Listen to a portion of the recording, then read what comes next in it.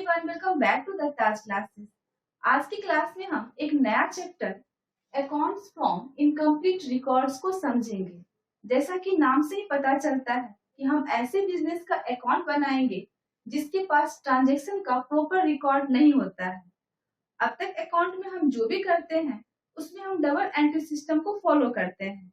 हम जर्नल बनाते हैं, लेजर बनाते हैं, ट्रायल बैलेंस बनाते हैं, प्रॉफिट एंड लॉस अकाउंट और बैलेंस शीट बनाते हैं। लेकिन जब बिजनेस छोटा होता है, नंबर ऑफ ट्रांजैक्शन बहुत कम होता है, तो बिजनेसमैन वहाँ हर एक ट्रांजैक्शन का रिकॉर्ड नहीं रखता है। वह नॉर्मली एक बुक रखता है जिसमें वह कैश और बैंक से रिलेटेड ट्रांजैक्शन को रिकॉर्ड करता है।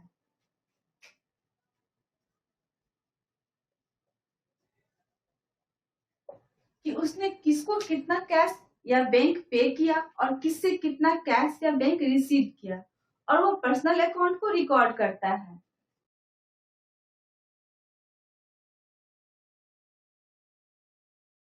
कि किसको कितना कैश और बैंक पेमेंट करना है और किससे कितना कैश या बैंक रिसीव करना है। यहाँ पर बिजनेसमैन डबल एंट्री सिस्टम को फॉलो नहीं करता है, इसलिए इसको हम single entry system of accounting भी कहते हैं। अब बिजनेस बड़ा हो या बिजनेस छोटा हो, बिजनेसमैन ये जानना चाहता है कि उसको बिजनेस में प्रॉफिट हो रहा है या उसका बिजनेस लॉस में जा रहा है। तो प्रॉफिट एंड लॉस जानने के लिए हम यहाँ देखते हैं कि बिजनेस के पास स्टार्ट में कितना कैपिटल था और ईयर एंड में बिजनेस के पास अब कितना कैपिटल है, और इस दोनों का डिफरेंस ही बिजनेस का प्रॉफिट या लॉस होता है। इसको हम समझते हैं।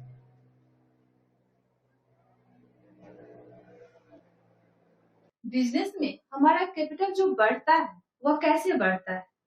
या तो हम एडिशनल कैपिटल लाते हैं या बिजनेस में हमको प्रॉफिट होता है, प्रॉफिट होने से हमारा कैपिटल बढ़ता है। और बिजनेस में कैपिटल कम कैसे होता है? या तो हम ड्राइंग करते हैं या बिजनेस में हमको लॉस होता है, लॉस होने से हमारा कैपिटल कम हो जाता है। तो यहाँ पर हमारा क्लोजिंग कैपिटल हो जाएगा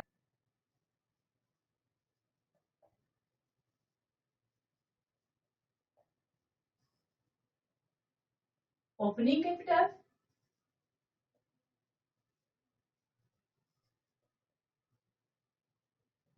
माइनस ड्राइंग।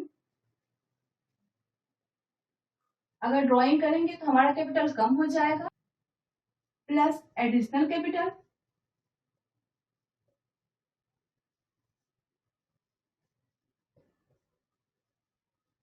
Plus profit.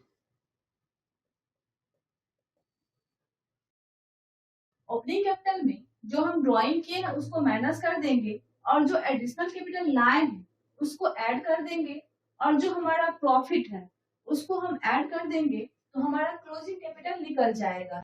यहाँ हम मान लेते हैं कि हमारा ओपनिंग कैपिटल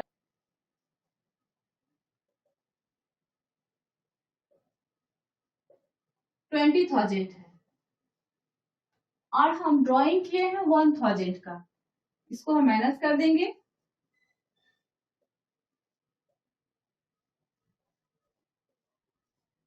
और हम एडिशनल कैपिटल लाए हैं 3,000 का। इसको हम ऐड कर देंगे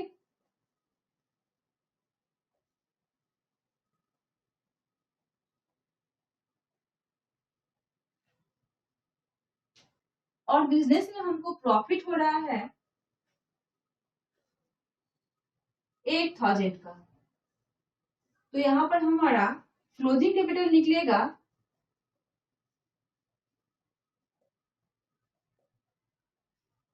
23 में से 1 निकाल देंगे, 22 और प्लस 8 30,000। अब अगर यहाँ प्रॉफिट नहीं मालूम हो, हमको यह मालूम नहीं हो कि यहाँ पर हमको क्या प्रॉफिट है, तो हम प्रॉफिट कैसे निकालेंगे? यहाँ क्लोजिंग कैपिटल हमारा 30,000 है, ओपनिंग कैपिटल हमारा 20,000 है, माइनस ड्राइंग हम 1,000 का किए हैं, और एडिशनल कैपिटल हमारा 3,000 है, और प्रॉफिट हमको पता नहीं है, प्रॉफिट निकालना है। तो प्रॉफिट निकालने के लिए इन तीनों को हम इधर ले आएंगे। तो यहाँ पर हो जाएगा 30,000 माइनस यह प्लस है, इधर आएगा तो माइनस हो जाएगा 20,000, और यह माइनस है, इधर आएगा तो प्लस हो जाएगा प्लस 1,000, और यह प्लस है, इधर आएगा तो यह माइनस हो जाएगा माइनस 3,000 इक्वल टू प्रॉफिट। तो प्रॉफिट इक्वल टू हो जाएगा 30,000 माइनस 20,000 प्लस 1,000 और minus 3,000। That means profit equal to closing capital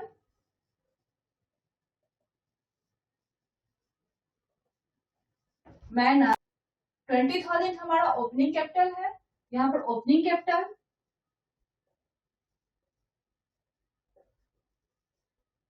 plus 1,000 हमारा ड्राइंग है, तो प्लस ड्राइंग और माइनस 3,000 हमारा एडिशनल कैपिटल है, यहाँ पर हो जाएगा माइनस एडिशनल कैपिटल।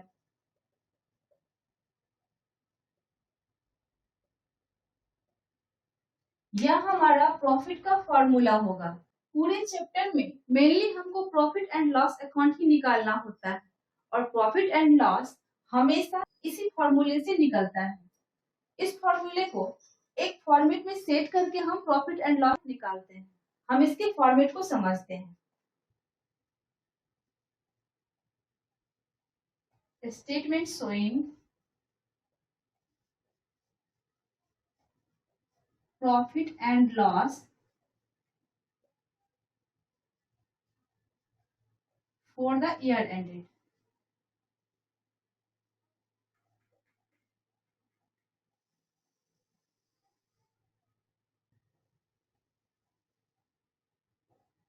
यहां हो जाएगा पर्टिकुलर्स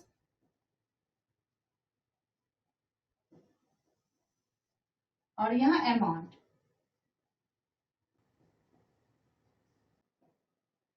यहाँ सबसे पहले हम लिखेंगे closing capital,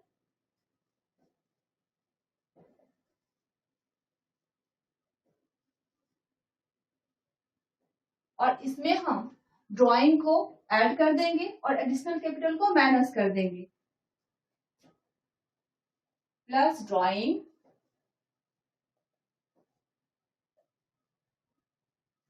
minus additional capital.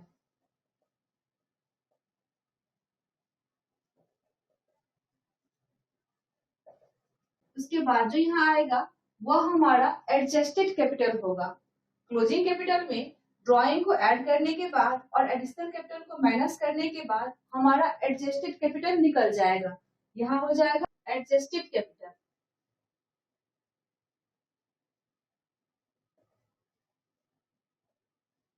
और इसमें से जब हम ओपनिंग कैपिटल को माइनस कर देंगे तो हमारा प्रॉफिट या लॉस निकल जाएगा। यहाँ पर हम माइनस कर देंगे ओपनिंग कैपिटल। यहाँ बैलेंसिंग फिगर अगर पॉजिटिव आएगा तो हमारा प्रॉफिट होगा, और यहाँ बैलेंसिंग फिगर अगर नेगेटिव होगा तो हमारा लॉस होगा। इसको हम समझते हैं। यहाँ क्लोजिंग कैपिटल हमारा दिया हुआ है 30,000, यहाँ पर हम क्लोजिंग कैपिटल लिखेंगे 30,000। ड्राइंग हमारा 1,000 का है, यहाँ पर हम 1,000 को ऐड कर देंगे, यहाँ ऐड कर देंगे ड्राइंग को, और एडिशनल कैपिटल हमारा है 3,000 का। यहाँ फॉर्मूला के अकॉर्डिंग एडिशनल कैपिटल को हम यहाँ माइनस कर देंगे, यहाँ 3,000 माइनस हो जाएगा। तो यहाँ पर हमको एडजस्टेड कैपिटल निकल के आ जाएगा 28,000, और ओपनिंग कैपिटल हमारा है 20,000 का। यहाँ पर हम 20,000 को माइनस कर देंगे, तो यहाँ पर हमको 8,000 बैलेंसिंग फिगर आएगा। यहाँ 8,000 का हमको पॉजिटिव बैलेंस आ रहा है। दैट मीन्स कि यह 8,000 हमारा profit made during the year आ जाएगा।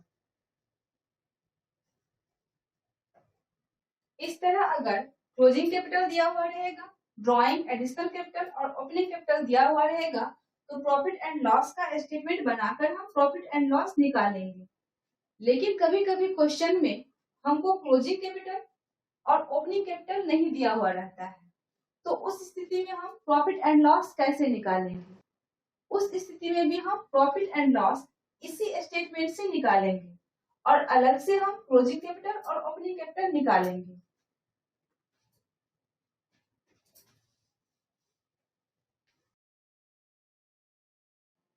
स्टेटमेंट ऑफ अफेयर्स बनाकर हम क्लोजिंग कैपिटल और ओपनिंग कैपिटल निकालेंगे।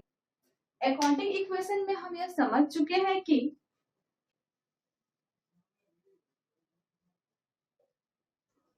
Capital plus liabilities equal to asset होता है। तो कैपिटल इक्वल टू हो जाएगा एसेट्स माइनस लायबिलिटीज। अगर सारे एसेट्स में से हम सारे लायबिलिटी को माइनस कर देते हैं तो हमारा कैपिटल निकल जाएगा। तो यहाँ पर हम स्टेटमेंट ऑफ अफेयर बनाएंगे।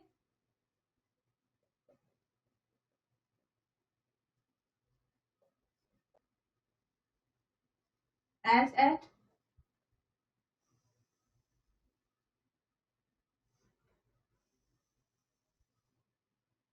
इसमें एक साइड हम लायबिलिटीज को दिखाएंगे और एक साइड सारे एसेट को दिखाएंगे।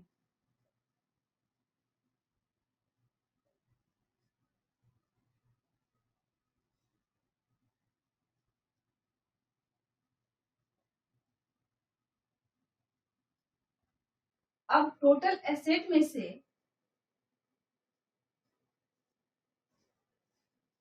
टोटल लायबिलिटी को माइनस करने के बाद